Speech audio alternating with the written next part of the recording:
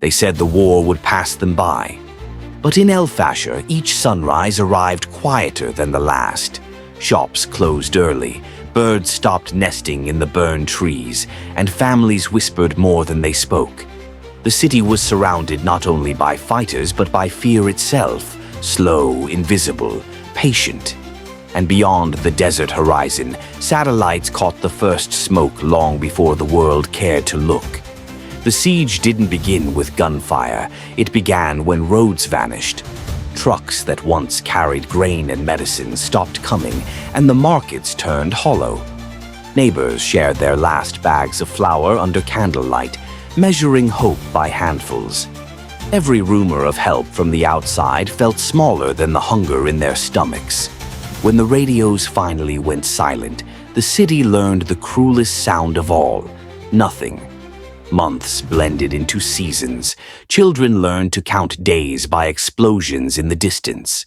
Hospitals became shelters. Schools became hospitals. The sky, once their roof, turned into a warning. Each family buried someone, but no one buried the fear. Inside ElFasher's walls, survival became its own quiet religion. On maps, the city still looked whole, but reality had erased its borders. Aid convoys halted miles away, journalists were told it was too dangerous, and diplomats used phrases that meant, wait. But ElFasher had been waiting for years, for attention, for mercy, for proof that humanity still looked its way. The world called it a conflict. The people inside called it every name except that. One night, the power finally died for good. Flames replaced streetlights and shadows replaced safety. Parents told their children to remember that darkness is not the same as evil, yet even they stopped believing it. Somewhere beyond the silence, the city's heart kept beating, slower, fainter, stubbornly alive. ElFasher was disappearing, and the world still hadn't noticed. A single radio operator stayed behind, tapping weak signals into the static. He sent coordinates, pleas, and names, tiny sparks into an endless dark. Each night, the static grew louder until it swallowed his voice completely. When his signal vanished, the outside world marked it as communication lost.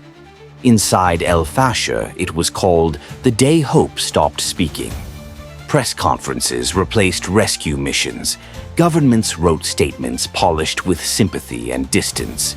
They spoke of resolutions and aid corridors, while maps on their screens turned redder each week. Words became walls, beautiful, hollow, and perfectly useless. The people of ElFasher learned that bureaucracy can starve faster than war.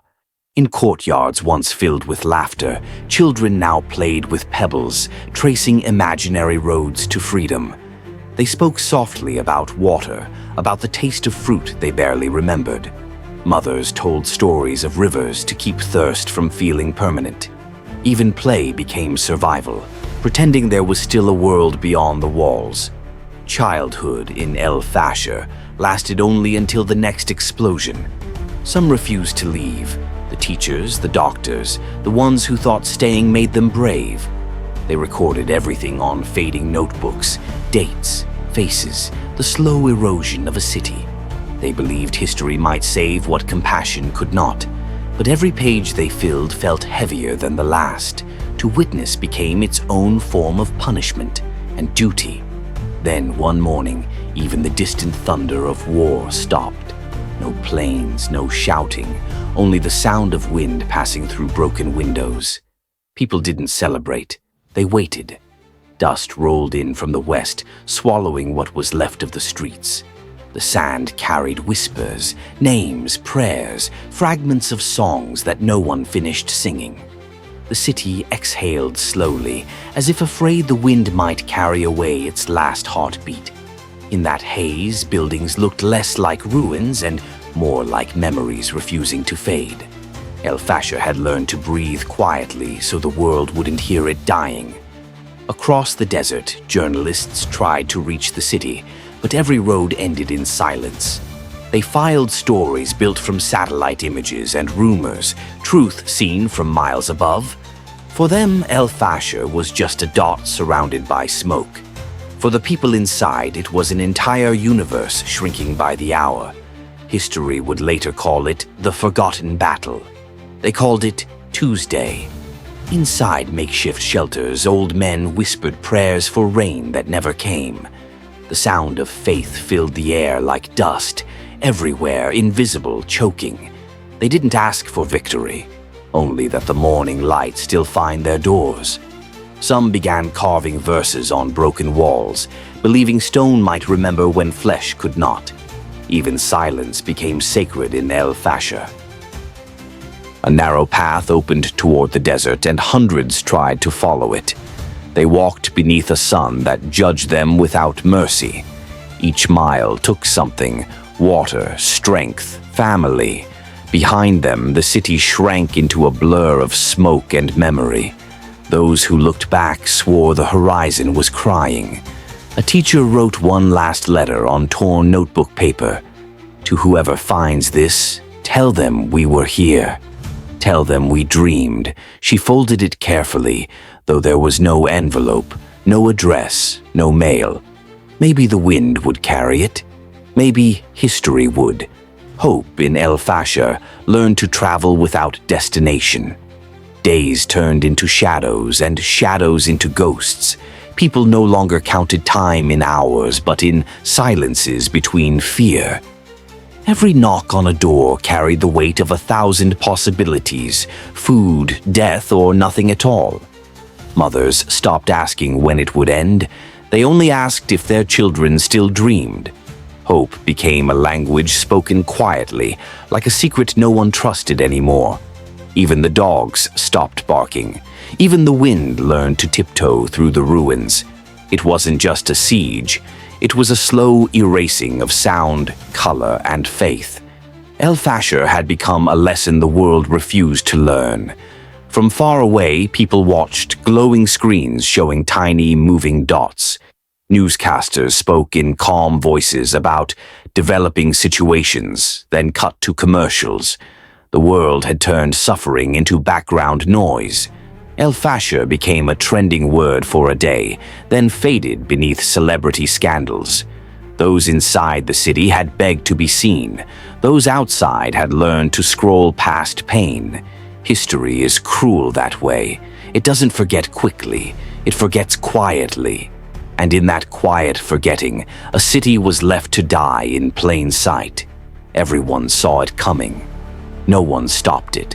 When everything else was taken, a few began to write again. Doctors kept lists of the living. Teachers wrote names of the missing.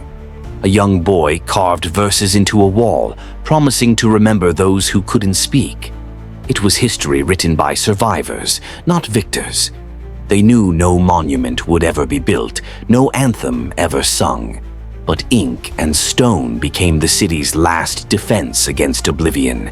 Every name they wrote was an act of rebellion, and in the end, memory was all they had left to fight with. One morning, light returned, not because peace had come, but because smoke had cleared. The streets lay empty, lined with shoes, papers, and echoes. Those who survived walked like strangers through their own city. They searched for friends and found only silence answering back. It wasn't victory they felt. It was exhaustion too deep to describe. A few whispered prayers, not of gratitude, but of apology. The sun rose higher, touching the broken walls, making them glow like gold. ElFasher was breathing again, but not the same city it once was. The dust has finally settled over ElFasher. But peace did not come through victory. It came through exhaustion, through voices that refused to stay silent. The survivors learned that sometimes rebuilding begins with remembering, not revenge.